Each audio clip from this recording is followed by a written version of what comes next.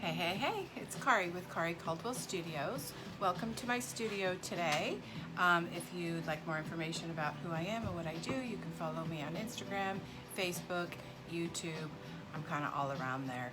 So today I'm playing with a Maker Studio products, and I really enjoy playing with their products. And I say playing because that's what we should be doing. We should just be playing and experimenting, and then I don't know, maybe you can gift it, sell it, do whatever you'd like with your goodies that you make. Today I'm going to show you how to use some transfers, and I have a few things in front of me, and I'll go over all the things that I'm using. So my chair's squeaky too. And another disclaimer, it's very, very hot here in San Diego, and I'm literally sweating right now. So thank you for bearing with me in my heat. I don't have any air conditioning, but nonetheless, let's play. So today I'm going to be working with these transfers, and I'm going to be working with the transfers. I'm going to be working with some of the fabric gel art. I'm going to be working with the mesh stencils, I'm also going to, that's it. That's all I got. So what I'm gonna do is I'm gonna make a tea towel for my mom. She does a lot for me, and she never expects anything, but when I gift her a little tea towel, it's always welcome. She really likes it. So I've already got mine started, and it's gonna be with some butterflies and some wording, and I'm gonna show you what I do. So on Amazon, I bought a bulk of these tea towels, and they're the unbleached tea towels. And just Google Amazon unbleached tea towels. They're a really nice size. The one that I'm doing now is only going to be to hang over the stove. We're not going to wash it. We're not going to do anything, so it's just play. If you wanted to do something you know, that you wanted to keep or wash or anything, maybe pre-wash this, iron it, do your treatment and all the goods, and then you have one that you can use in the washing machine. But mine is going to hang over her kitchen stove and just be a little pleasant little note in the kitchen. So I'm going to place the camera down, and I'm going to kind of go over how, well, I am going to go over 100% how to do this. Last night I was building a fence with my son because it's so hot we can only work in a day, and it fell and hit my lip. I don't know if that's noticeable on camera, but nobody's perfect. As when we make this tea towel, I like everything to look more hand done, because I can get a printed one at Home Goods or wherever, and it looks printed. So little mistakes, little idiosyncrasies, well, maybe not mistakes, maybe haphazards, or just let it be free and natural. So I'm gonna pull the camera down, and I'm gonna go over how I do my little project here. And it's all for fun, okay? So we're gonna put you down, and I think that should give you a pretty good perspective here. Okay, like I said, mine is going to be only for hanging over the stove. So what I do is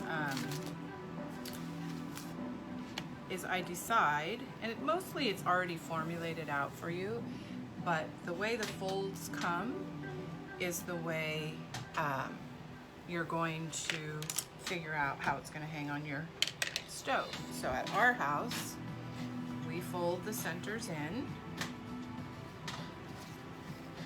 and I'm sure you're capable of doing this, but I just wanted to show you what I do. So I fold it in thirds the long way, and then I know it can flip over my stove and hang like so, you know, a little more perfect. But in the meantime, I've got all of these squares already sort of lined out for me, and underneath I'm going to put something stiff. This happens to be a piece of styrene, but you can use a piece of cardboard, you could use a cutting board, but whatever, it's going to telegraph through your painting. So make sure you don't tear, and then also be mindful to sort of dry yourself during the process. So I'll show you how I do that too. So the first thing I'm gonna do is I'm just gonna put this harder surface, and I'm gonna just put my little square right on there because this is where I'm gonna be working. And I know that this is my folded area that's gonna go over my range, my stove. So, like I said, I've already started. I've put the butterfly down. I've kind of embedded a little bit of fabric paint. I'm using the typewriter font, which to me means you don't have to be perfect in placing it because it's kind of like that little ransom note type thing.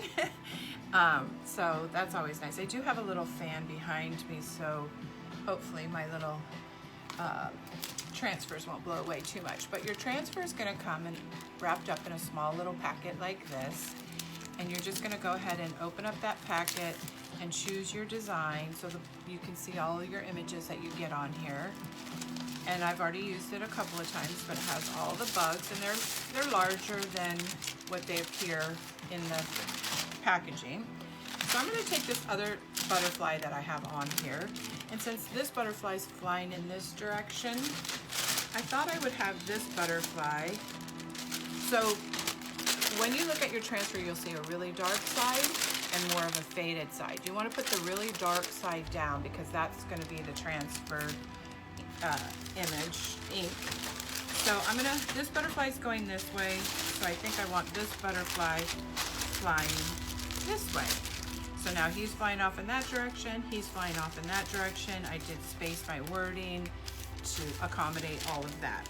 So I'm not going to tape mine down just because I don't feel like I need to, but if you wanted to tape yours down, you can. Then I'm just going to use a stick like this tongue depressor. They're great for mixing paints and everything. And I'm just going to go ahead and scrub this image right onto my surface, and you'll see it fading off of the paper and transferring right onto your fabric. And so you're just going to go ahead and scrub, scrub, scrub. You can see when you're doing it yourself, you can really see where it's come off. You can do a peek. I hold down with my finger and I look, and look, there it comes. And what I really like about it is its fadedness, and it's kind of just sort of transparent, but it's not. I really like it. So I'm just going to scrub my whole image right on here. You guys, I forgot to turn my music off, so I hope that's not distracting. I've just been cleaning in my studio and getting ready to make this video for you guys. So enjoy the music.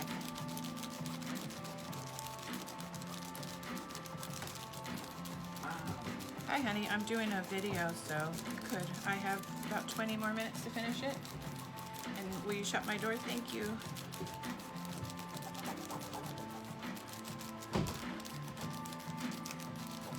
That was my son, he came in.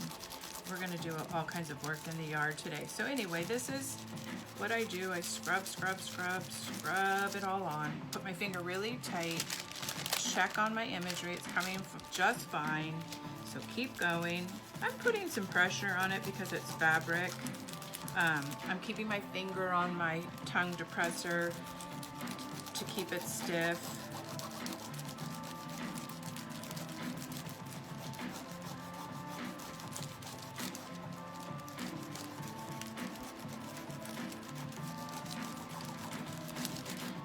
All right. Almost there.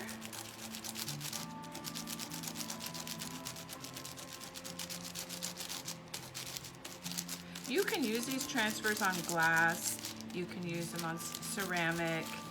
I'm using it on fabric. You can always find more YouTube videos at a maker studio on YouTube and see the other ways. Maybe some other teachers out there are showing you the ways that they do it. Okay, so there we go. Fully on. You can see that it's all transferred over. I'm just going to set this aside. Now you don't have to do anything to secure it on there. Like I said, this is the one that's just gonna sit on the stove top. It's not gonna be, you know, washed or do anything else. So now when you wanna use your mesh stencils, like I said, I've already done it all. All I have left are the E's. Now here, the E is gonna go over the butterfly a little bit, but I kinda like that. So you make those decisions on where you want your lettering and everything. Like I said, I like my things to look definitely hand painted and more organic. So you'll just take your mesh stencil out. It comes on a cardstock. You're going to lay it down. It has a little sticky back. And you're going to, I didn't line anything up because I didn't care if my lettering was gonna come a little crooked, because like I said, I think that becomes more interesting. Now you're going to want to put it on your ink on with a spreader.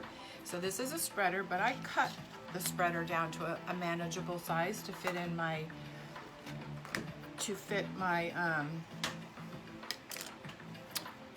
letter. And then I'm going to take the gel ink and I'm just going to put a little bit out on a paper plate. I mean, really, literally a little bit, because I can always squeeze more out. And you don't need a lot. So I have a little on the paper plate. I'm gonna line my E up on my Become.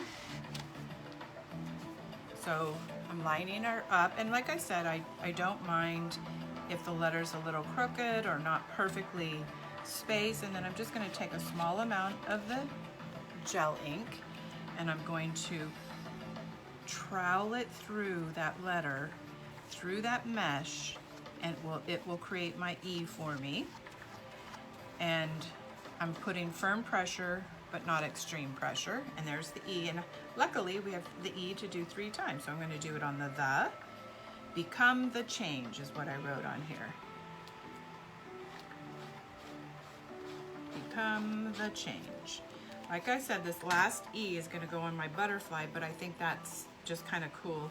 So I'm going to stick that E right on there and go right over my butterfly. And it's in a stronger black, so he'll present itself very nicely on there. So that's your mesh stencil, super easy to use. You want to wash it when you're done to clear all the ink out of the mesh. Set it to dry, save your backing, put it away, and try to keep it for as many times as you can use it. The sticky will go away, but you can still use it over and over and over. So now I've got all my words in there. I would have done them all with you guys, but it takes a little bit. And when I'm doing it, I usually have my little blow dryer next to me if I want to blow dry the word, the letter beforehand when I move, so I don't spread the ink. You can do that. I just have my blow dryer right next to me, and I'll just quickly blow dry it. It will, at the end, you're going to need to iron this with your iron. I usually put another piece of fabric there and iron it for about 20 minutes. Look at all the instructions out of Maker Studio. You guys got this. I have confidence in you. This is the only way you can learn things, is to practice and play, and then decide how you want to use these products from a Maker Studio. So on this butterfly, I did put a little bit of the gel ink as just kind of filled it in. So I'm going to do that with some of the green. I think I'm going to mix the green and the gray just so it's a little faded-ish. So the reason why I want to do this is I like it to look a little hand-painted. I mean, you could have tons of colors. These are the colors that I just happen to have on hand. And you could go into detail whatever you want. I'm just putting a little there. And then I always like to put just a smidgen of water. And then I get these little tiny detail brushes too. This one's stiff. And then I'll just mix these 2 colors together just to make kind of a grayish green. Okay, so now, and I like it a little watery. So then I'm just going to come in and just sort of paint wherever I want to on this butterfly. And as much as I want, or as little as I want. And I can pick up the green a little bit stronger. I can go for just some of the gray, but I'm just gonna give it a little bit of coloring because it's fun, because we can. It just makes it a little more hand painted. Remember, this is not reality, so of course there's not too many green butterflies. I don't have a blue or anything, so I'm working with the colors I have, because almost anything that I gift my mom, she loves. So I'm gonna do this, and I'll probably put some pink in here too, because I love green and pink together. So I'm gonna go ahead and just put a little bit of pink in here. And this is like what I'm saying, I'm just playing. I mean, there's nothing serious going on here. We're just playing with inks and fabric and stencils, and just, you know, letting our creativity be more childlike. We don't always have to be serious with our creativity. So childlike is not immature, it's just kind of fun. So I just added a little bit more because my pink was just a little too faded. So at first it initially appears to be like kind of dark, but it dries down a lot, and I can hit it with my blow dryer. If you go outside the lines a little, that's okay too. You know, never shame yourself for art or creativity. Like, just think of yourself as the child who would be painting this. Would you tell them, oh, you're not staying in the lines, that's not correct? No, I would never do that.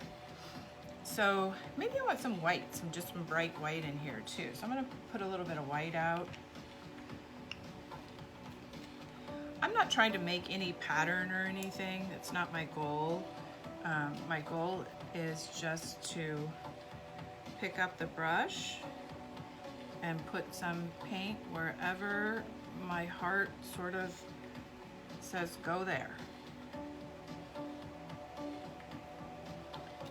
You can see it's kind of fun coming to life here.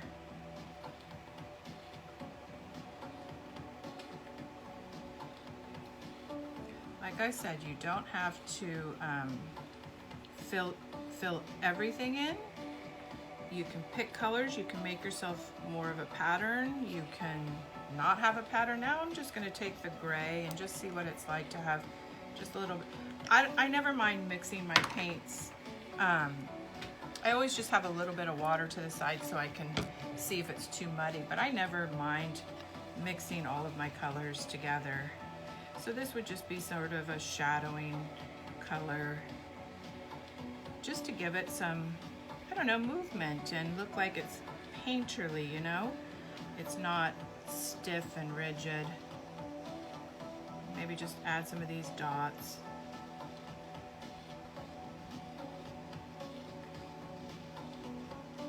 Maybe I'll put some gray up in this guy. So you can play with this as long, as little. You can, on this butterfly, I did take the black and kind of scrubbed the edge. But, you know, just think for yourself. Free thinking, be the change and free think. Don't do it just like me, do it like you. You could say, oh, I would never have those colors. Why is she picking those colors? It doesn't, you know, that doesn't offend me. You pick your colors, you do you, I do me. I can paint over anything and fade into the, I can fade my green into my pink a little and make it a little ombre-ish.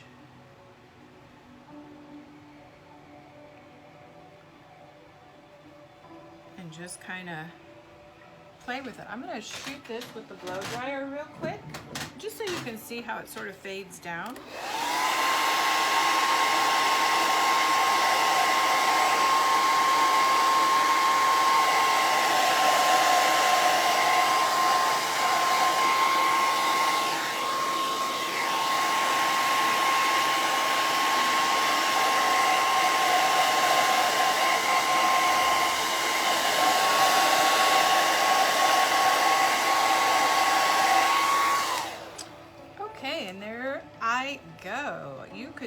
like I said, certainly spend as much time as you like on it. But I think if I just show up at my mom's house with this little gift for her, she'll be completely happy. And I'm sharing with you how I play with the Maker Studio products with the ink and the mesh stencils and your transfers. I'll lift you up. So again, thanks for coming into my studio today. Have a great day. Kari Caldwell with Kari Caldwell Studios and a Maker Studio products. Enjoy.